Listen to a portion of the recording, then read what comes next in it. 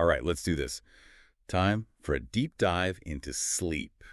We've got a lot to cover today, with some fascinating stuff from sleep scientist Dr. Matt Walker, and we've got a TEDx talk from circadian rhythm expert Dr. Sachin Panda. Clearly, I'm looking to really get a handle on what's going on when we sleep, why it matters so much, and of course, how to use all this knowledge to live better. So, are you ready to unlock the secrets of sleep? Maybe you discover some hidden superpowers along the way. I think you'll be surprised to learn that sleep, well, it isn't just about rest. It's actually a key player in boosting your brain power, your mood, even your physical health. It's like a secret performance enhancer that we all have access to. Okay, so that has my attention. I was just kind of figured, sleep was more about just recharging, like after a long day. But you're saying it's actually doing a whole lot more, like behind the scenes. Absolutely. Dr. Walker explains that while we're sleeping, our brains are busy, consolidating memories, regulating hormones, even strengthening our immune systems. He compares sleep deprivation to a broken water pipe, slowly leaking damage into every system in our body. Wow. Okay, that's a powerful image. So we're not just talking about, feeling tired. It's like we're actively kind of sabotaging our health. Yeah, it's not about panicking over the occasional late night, but consistently, like shortchanging ourselves on sleep, that's where the real trouble starts. Just think about it. Just 5 nights of short sleep can lower testosterone levels in men to that of someone a decade older. That's like hitting the fast forward button on aging. All right. Okay. I'm officially convinced sleep is more important than I realized. But let's back up a bit. Before we get into all the scary stuff, can we just break down the basics? What is actually happening in our brains when we sleep? Well, that's where it gets really fascinating. Sleep is far more dynamic than we tend to think. It's not just this period of inactivity. Dr. Walker describes it as like this beautifully orchestrated process with these distinct cycles and stages. Stages, like there's a schedule happening while I'm out. Exactly. There are 2 main types of sleep, non-REM and REM. Non-REM sleep itself has 4 stages, ranging from light sleep to deep sleep. And these stages cycle throughout the night, with each cycle lasting roughly 90 minutes. It's like a choreographed dance happening inside our brains. 90 minutes. It's interesting. So does that mean we should be timing our sleep in 90-minute chunks? Should I be setting my alarm for 6 hours and 30 minutes instead of just 7 hours? Yeah, we'll get into the practicalities of sleep timing a little bit later, but it's a fascinating point. Understanding these sleep cycles can definitely inform how we approach our, sleep schedules. Okay, good to know. So tell me more about these stages. What's so special about deep sleep? Yeah, you could say deep sleep is where the magic happens. It's essential for memory consolidation, hormone regulation, immune system strengthening. Dr. Walker's research shows that, during deep sleep, our brains are busy transferring memories from short-term to long-term storage. So imagine sleep as, hitting save on all the important stuff we learned and experienced during the day. Oh, so deep sleep is like our brain's nightly backup system. Yeah. That makes so much sense. And what about REM sleep? Isn't that where all the crazy dreams happen? Precisely. REM sleep is when our brains are most active, and it's the stage primarily associated with, vivid dreaming. Dr. Walker suggests that dreams might play a role in processing emotions, consolidating memories, even sparking creativity. I never thought of dreams as having a function, beyond entertainment. So basically our brains are working hard even when we're supposed to be resting. Exactly. And this is why skimping on sleep can have such far-reaching consequences. It's not just about feeling tired, it's about disrupting these vital processes that keep us healthy and functioning at our best. All right, let's talk about those consequences. You mentioned some pretty alarming things about, sleep deprivation and hormones. What other areas of our health are impacted? Well, think of it this way. Just a few nights of insufficient sleep can lead to pre-diabetic blood sugar levels, even in healthy individuals. That's because sleep loss really messes with how our body produces and uses insulin. Whoa, I never realized the connection between sleep and blood sugar. So even if we don't have diabetes, lack of sleep can kind of push us in that direction. That's scary. And that's not all. Sleep deprivation also weakens our immune system, making us more vulnerable to infections and even chronic diseases. A single night of just 4 hours of sleep can drastically reduce the activity of natural killer cells, which are crucial for fighting off cancer and infections. Okay, now I'm getting a little freaked out. It's like skimping on sleep is a recipe for a whole host of health problems. I'm starting to see why Dr. Walker calls sleep deprivation a broken water pipe. It's important to understand the serious consequences of chronic sleep loss, but it's equally important to remember that our bodies are incredibly resilient. The occasional poor night's sleep won't cause irreparable harm. That's reassuring. So, we need to take sleep seriously, but not like panic over the occasional rough night. Yeah. I'm definitely feeling motivated to make some changes to my sleep habits. But before we dive into like solutions, can we talk about the positives? Yeah. What are some of the amazing things that happen when we prioritize sleep? Give me those carrots. Oh, I'm happy to. Think of sleep as a superpower for your brain and your body. It enhances learning and memory, it regulates your emotions, and it even impacts your physical appearance. Wait, physical appearance? You're telling me I can sleep my way to like a better look? I'm all ears. There's actually a study where sleep-deprived individuals were rated as less attractive, less healthy, and more tired, like based solely on photographs. They literally looked worse after a few nights of bad sleep. So beauty sleep is real. I might need to start taking before and after selfies. But seriously, how does sleep actually affect like learning and memory? I know I feel sharper after a good night's rest, but what's the science behind that? Well, sleep before learning is like prepping a dry sponge ready to absorb new information. And sleep after learning is like hitting the save button, consolidating those memories for long-term storage. Oh, interesting. So if I have like a big presentation coming up, I should prioritize sleep, both, the night before and the night after, to really solidify that information in my brain. I like it. Yeah. And what about mood and, emotional well-being? How does sleep play into that? Sleep acts like emotional windshield wipers, clearing away the negative residue from the day and allowing us to wake up with a fresh perspective. It's a natural mood booster and stress reliever. That makes perfect sense. I know I'm definitely grumpier when I'm sleep deprived. Okay, so we've got, better learning, a mood boost, and even a potential glow up. What other benefits are we talking about here? Sleep also plays a key role in regulating appetite and managing weight. It helps keep our hunger hormones in check so we're less likely to overeat or crave, unhealthy foods. Wait, so lack of sleep can lead to cravings. That explains those late night snack attacks. So not only does good sleep help with mood, learning, and maybe even looking better, it can also help us make healthier food choices. That's a win-win all around. But how do we actually make sure we're getting the right kind of sleep? Is it just about logging enough hours? That's where things get really interesting. It's not just about how much you sleep, but how well you sleep.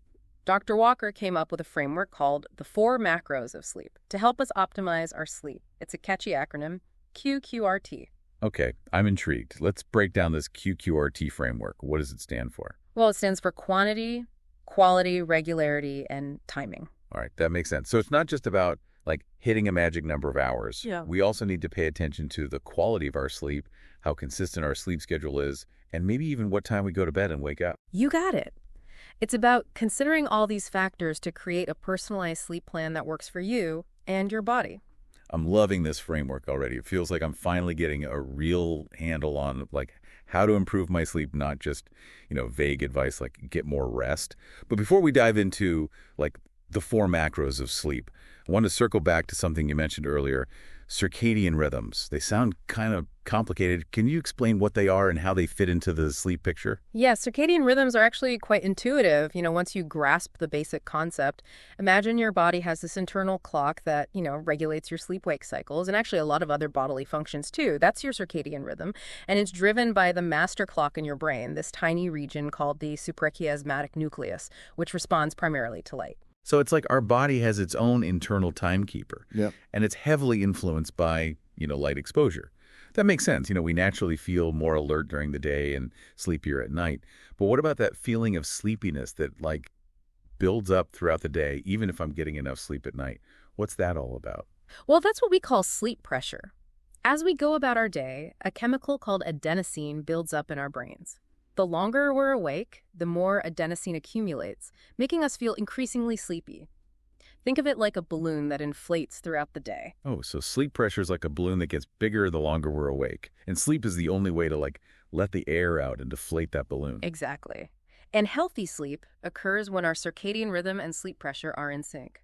This means our natural drive for sleep aligns with the time our body is primed for rest. Okay, I'm starting to see how all these pieces kind of fit together. Our inner clock, light exposure and the sleep pressure all work together to regulate our sleep-wake cycles.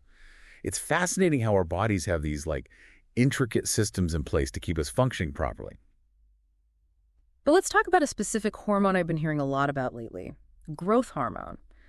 I know it's essential for growth and repair, and that it's released during sleep. What's the connection between growth hormone and sleep? Yeah, growth hormone is indeed crucial for childhood growth, and it plays a vital role in tissue repair and regeneration throughout our lives. And you're right, its release is highest during deep sleep early in the night.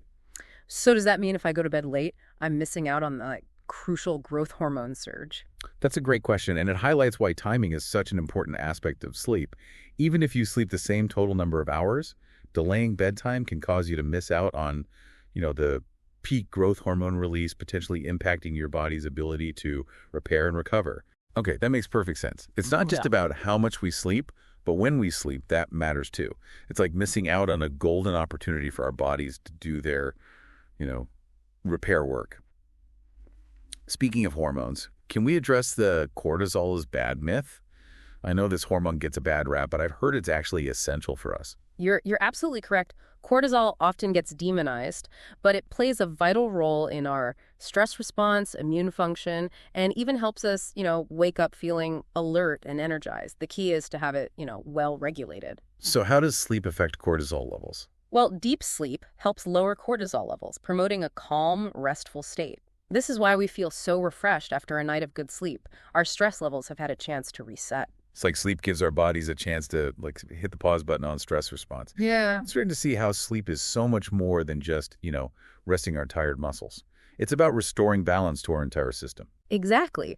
However, late night stress can disrupt this delicate balance by spiking cortisol at the wrong time, interfering with sleep onset. This can lead to that frustrating feeling of being tired but wired, where you're exhausted but your mind is racing. So avoiding late night stressors is key for a good night's sleep. It's like we need to wind down our minds as much as our bodies. This is all making so much sense. It's all connected, and understanding these connections can empower us to make, informed choices about our sleep habits. I could agree more. I feel like I'm finally starting to understand why sleep is so crucial for my overall health and well-being. We've covered a lot of ground here, from the stages of sleep and the impact of sleep deprivation to the fascinating interplay of circadian rhythms and, sleep pressure and hormones. What stands out to you as the most surprising or impactful takeaway so far? What's truly fascinating is how interconnected all these systems are. From the microscopic level of our genes to the macroscopic level of our behavior, sleep is just intricately woven into the fabric of our health. It's not just about feeling rested, it's about, optimizing our entire biology. I agree. It's clear that sleep is not a luxury. It's a fundamental pillar of our health, something we need to prioritize just as much as we prioritize, eating healthy and exercising. And now that we have a better understanding of the science behind sleep, it's time to explore how we can actually put this knowledge into practice. That's where we'll pick up in part 2 of this deep dive, so stay tuned. It's funny. It's kind of ironic, how we often treat sleep like it's optional, something we can just squeeze in, if we have time for it. But really, when you look at the science, it should be at the top of our to-do list every single day. It really does feel like we're finally waking up to the importance of sleep, pun intended.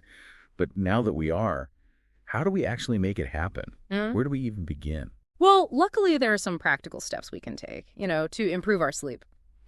In Dr. Panda's TEDx talk, he lays out 6 simple rules to kind of optimize our circadian rhythms and improve sleep quality. 6 rules. Yeah. It's okay. That seems manageable. I'm all ears. So rule number 1 is all about setting a consistent sleep-wake cycle.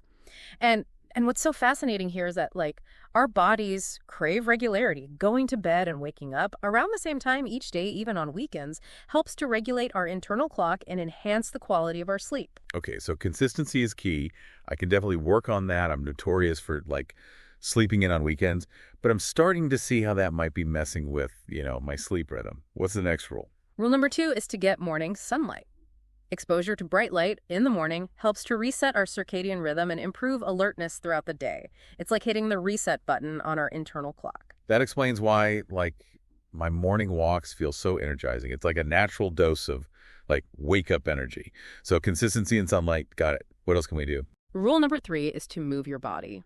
Regular physical activity is, essential for healthy sleep. And it might seem counterintuitive, but tiring yourself out physically can actually help you sleep better. I'm all for that. Yeah. But does the, timing of exercise matter? Like, is it better to work out in the morning or the evening? Yeah, that's a great question. Dr. Panda suggests that exercising in the late afternoon or evening can be more beneficial for blood sugar control, especially for people with, prediabetes or diabetes. But regardless of the time, like regular exercise is a win for your sleep. Okay, I'll keep that in mind. I usually work out in the mornings, but maybe I'll, switch things up and see how it affects my sleep. So we've got consistency, morning sunlight, and exercise. What's next on Dr. Panda's list? Rule number 4 might surprise you.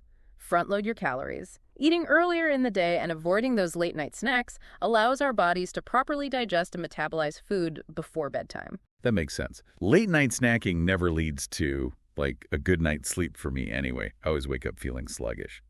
So early dinner, no midnight snacks, got it. What's rule number 5? This one is especially crucial in our hyper-connected world. Disconnect and unwind before bed. This means dimming the lights, putting away screens, and engaging in relaxing activities like reading or taking a warm bath. So basically creating a relaxing bedtime routine to kind of signal to our brains that it's time to, wind down. I know I need to get better at that. Scrolling through social media before bed is definitely not helping my sleep. Exactly. Those screens, they emit blue light, which can interfere with our melatonin production and delay sleep onset. It's like we're tricking our brains into thinking it's still daytime when we're like, hey, it's in that blue light. I'm definitely guilty of that. So no more screens before bed. What's the final rule? The last rule is to avoid caffeine and alcohol close to bedtime.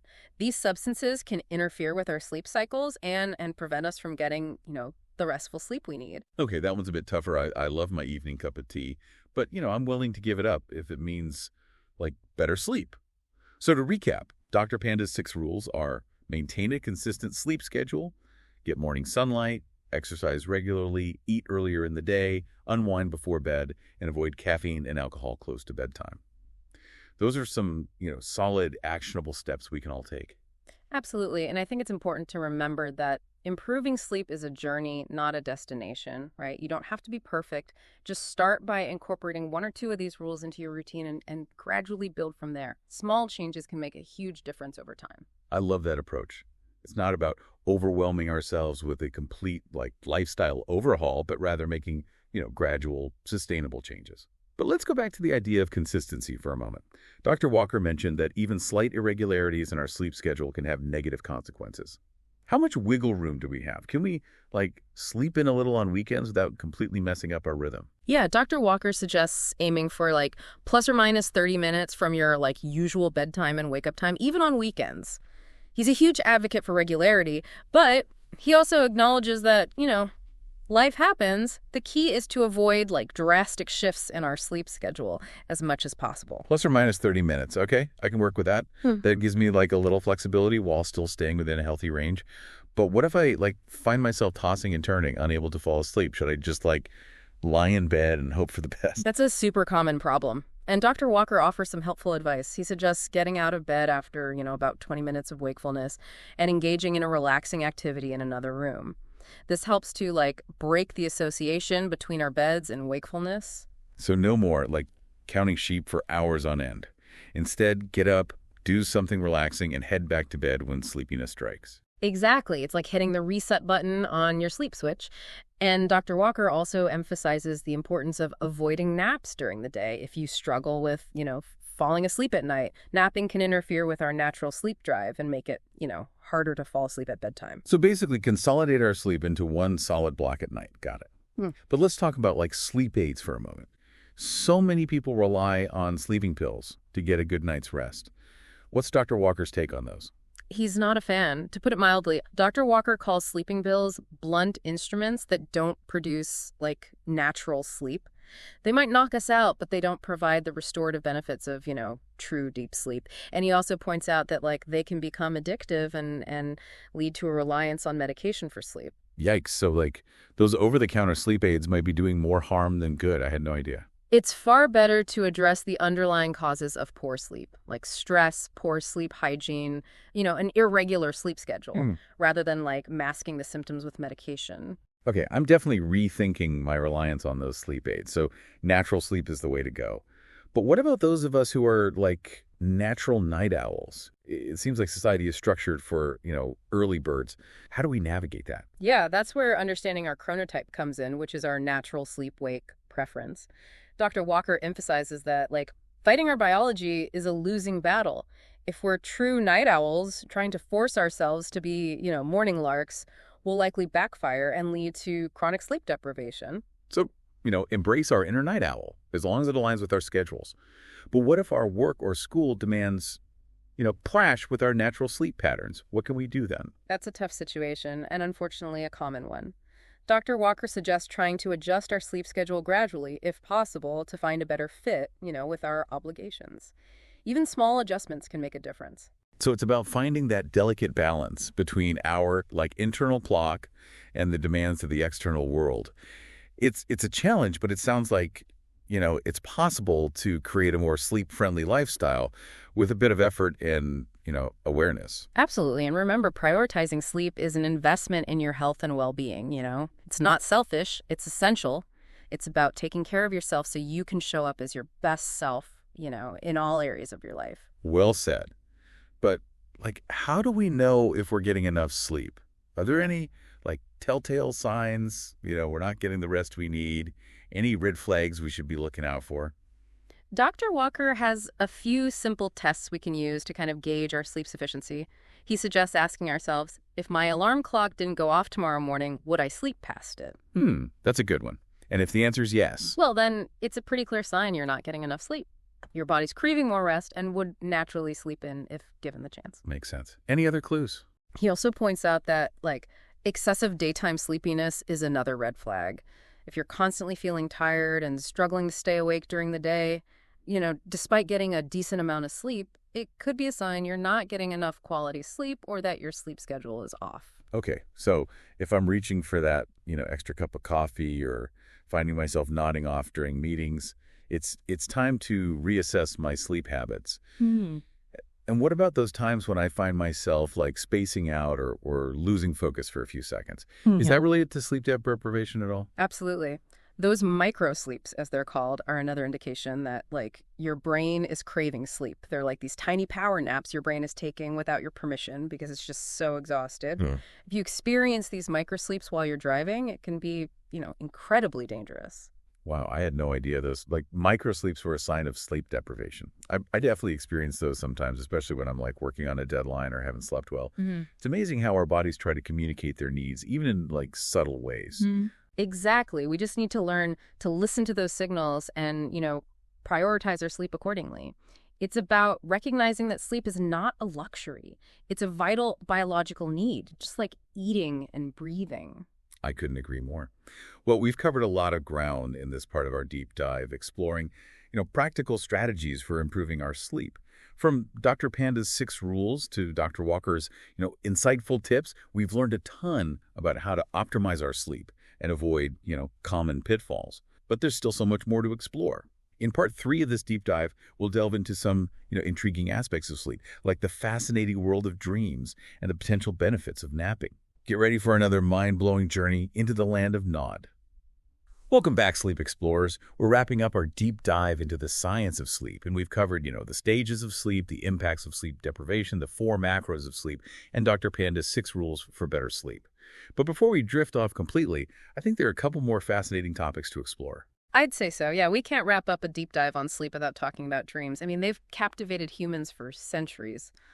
Offering this glimpse into our subconscious, a world where, logic takes a back seat and anything is possible. I've always been so fascinated by dreams. They can be so vivid and bizarre, and sometimes they even feel meaningful. But I've also had those nights where I can't remember a single dream. It's like my brain just hits the delete button. What's the science behind all this? Why do we dream? And what is actually going on in our brains when we do? Yeah, well, while we still don't fully understand the purpose of dreams, Dr. Walker explains that they occur primarily during REM sleep, the stage when our brains are most active. Some theories suggest that dreams play a role in, memory consolidation, emotional processing, and even creativity. So dreams aren't just random, meaningless images flashing through our minds. They could actually be helping us process information, work through emotions, and maybe even spark new ideas. That's incredible. And what about dream recall? Why do some dreams stick with us while others vanish so quickly? Hmm, that's a great question. The exact mechanisms of dream recall are still being studied, but it seems that waking up, like during or shortly after a REM sleep cycle, increases our chances of remembering a dream. It's like catching a glimpse behind the curtain before the show ends. Oh, so those like early morning awakenings might be the key to unlocking those dream memories. Maybe I should keep a dream journal by my bed. I'd love to tap into that creative potential. Okay, let's switch gears and talk about naps. I know some people swear by them, while others find them, disruptive to their sleep. What does the science say about napping? Is it a good thing or a bad thing? Well, Dr. Walker acknowledges that naps can be beneficial for some people, but there are, a few things to keep in mind. He suggests keeping naps short, around 20 minutes or less, to avoid slipping into deep sleep. Why is that? What's wrong with a little deep sleep in the middle of the day? Well, if you nap for too long and enter deep sleep, you might wake up feeling groggy and disoriented. It's a phenomenon known as sleep inertia. So the key is to find that sweet spot, Yeah. where we feel refreshed and re-energized without feeling like we just woke up from a coma. And what about the best time of day to nap? Does timing matter? Yeah, Dr. Walker suggests that the ideal time for most people is in the early afternoon when we, naturally experience a dip in alertness. Napping too late in the day can interfere with our nighttime sleep. Okay, so early afternoon naps are a go, but keep them short and sweet to avoid sleep inertia and nighttime sleep disruptions. Got it. Well, I think we've covered just about everything in our sleep science deep dive. From the stages of sleep and the impact of sleep deprivation to the power of circadian rhythms, the four macros of sleep, the mysteries of dreams, and the potential benefits of napping, we've explored a huge range of fascinating topics. What's your biggest takeaway from all of this? For me, it's the realization that sleep is not a passive activity. It's a dynamic, intricate process that plays a vital role in our physical and mental well-being. It's not just about feeling rested. It's about optimizing our entire biology, from our cells to our brains. I completely agree. It's like sleep is the foundation for a healthy, vibrant life. Yeah. And the best part is that we have the power to improve our sleep. By making conscious choices about our sleep habits, our environment, and even our mindset.